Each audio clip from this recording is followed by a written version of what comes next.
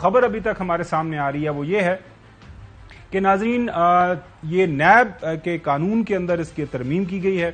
آپ کو یاد ہوگا حال ہی کے اندر نیب قوانین کے اندر ہول سیل جو ہے تبدیلیاں کی گئیں.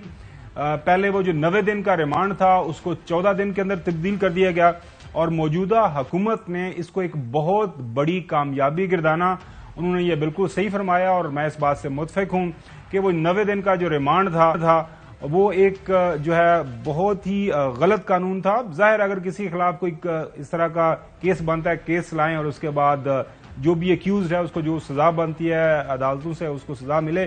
لیکن یہ ہے کہ 90 دن کے لیے کسی کو بند کر دینا پابند سلاسل کر دینا بغیر کسی پوچھ پرتیت کے تو وہ غلط تھا. تو بہت زیادہ اس کے اوپر تعریفیں انہوں نے جو ہے مختلف اطراف سے سمیٹی.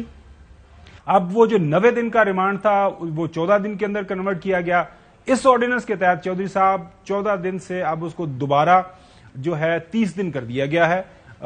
اس کے ساتھ ساتھ ایک اور تبدیلی جو کی گئی ہے وہ یہ ہے کہ ناظرین نیب کے اندر جو ہے مختلف سٹیجز ہیں مختلف فیزز ہیں. وہ کسی کے خلاف بھی کسی ملزم کے خلاف جب کارروائی ہوتی ہے کہ اگر میں چودھری غلام حسین صاحب کے خلاف ایک کمپلین کرتا ہوں کہ چودھری غلام حسین صاحب نے یہ کام غلط کیا ہے تو کمپلینٹ اگر اس کے اندر کوئی سالڈ ایویڈنس میں نے دیا ہے یا سالڈ ایویڈنس موجود ہے تو نیب کا جو بورڈ بیٹھتا ہے وہ اس کے اوپر ایک انکوائری انیشیٹ کر دیتا ہے. جب انکوائری انیشیٹ ہوتی ہے تو انیشلی جب اور چیزیں ملتی ہیں وہ جو انکوائری ہے وہ پراپر ایک انویسٹیگیشن کے اندر اس کو ٹرانسفر کر دیا جاتا ہے اور انویسٹیگیشن جب ہوتی ہے اس کے پھر بدلے کے اندر جو چیزیں اکٹھی ہوتی ہیں ایک ریفرنس بنتا ہے اور ریفرنس جو ہے عدالت کے سامنے پیش کیا جاتا ہے کہ اس بندے نے یہ غلط کام کیا ہے اور اس کی یہ سزا بنتی ہے. تو پہلے گرفتاری جو چودھری صاحب چیئرمین نیب کروا سکتا تھا جو ہے ثوابدید تھی وہ انویسٹیگیشن کی سٹیج پہ ہوتی تھی. اب جو ہے اس سے ایک سٹیپ پہلے کر لیا گیا ہے اور وہ ہے انکوائری کی سٹیج کے اوپر بھی اگر مجھے بلایا گیا ہے یا آپ کو بلایا گیا ہے سمپل انکوائری کے لیے اور وہاں پہ اگر مناسب سمجھتے ہیں چیئرمین نیب کہ جی میری اور آپ کی گرفتاری یا کسی بھی ایکیوز کی گرفتاری بنتی ہے مثال کے طور پر میں یہ ایکسپلین کر رہا ہوں تو اس کو وہاں پہ گرفتار کر لیا جائے گا انکوائری کی ہی سٹیج کے اوپر. چلیں حکومت وقت کا یہ اختیار ہے آرڈیننس کے ذریعے یہ ساری تبدیلیاں لانا.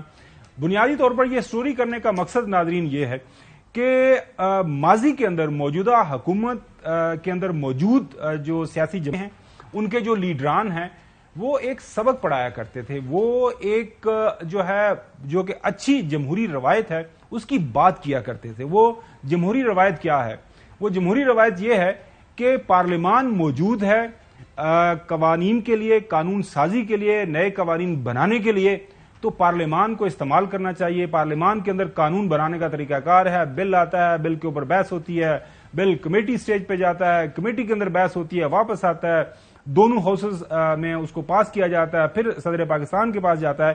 تو مین وائل اس کے اوپر اس کے اندر جو کمیاں کوتاہیاں ہوتی ہیں کسی بھی قانون کے اندر اس کو ختم کیا جاتا ہے. اس کے اوپر جو ہے جو لیجسلیٹرز ہیں جو قانون دان ہیں وہ اپنی فیڈ بیک دیتے ہیں ایم این ایز سینیٹرز اور اس کو ایک جو فائنل قانون بننے کی سٹیج تک جانے تک مختلف مراحل سے طے کیا جاتا ہے جو ایک جمہوری طریقہ ہے.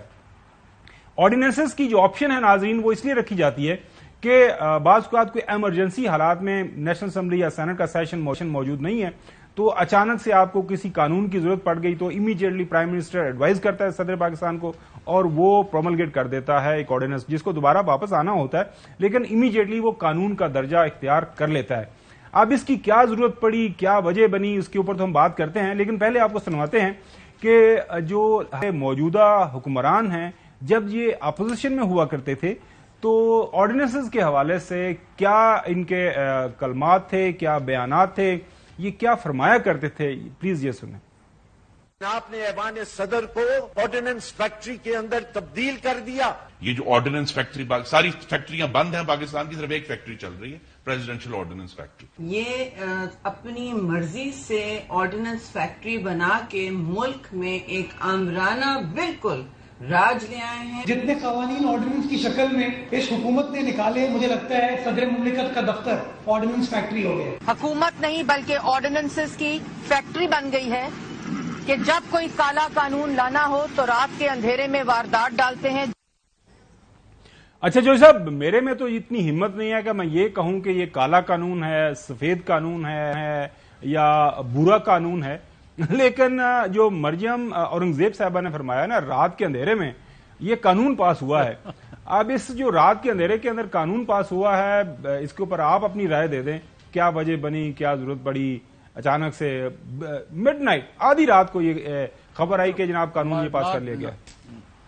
Not with standing what they are trying to achieve, اور یہ کس طرح ہر چیز کو توڑ مروڑ کر اور اپنی مرضی کے نتائج نکال. گھر والا گھر نہیں، سانو کسی کا ڈر نہیں. We are now beyond everybody. جہے سارے مخالف نے وہ روندے پٹتے رہن، سانو کوئی پرواہ نہیں ہے.